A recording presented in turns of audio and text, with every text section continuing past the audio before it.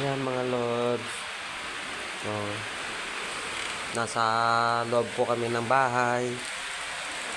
Malakas din yung ulan.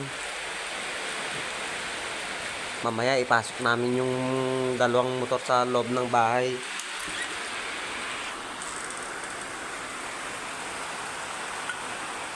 Yung mga gamit ko nasa kusina, pinasok ko sa loob.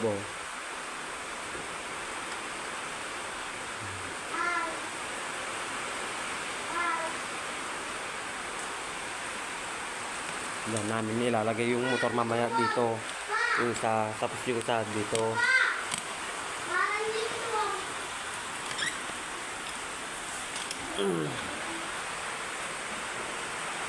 Yung anak ko nasa loob.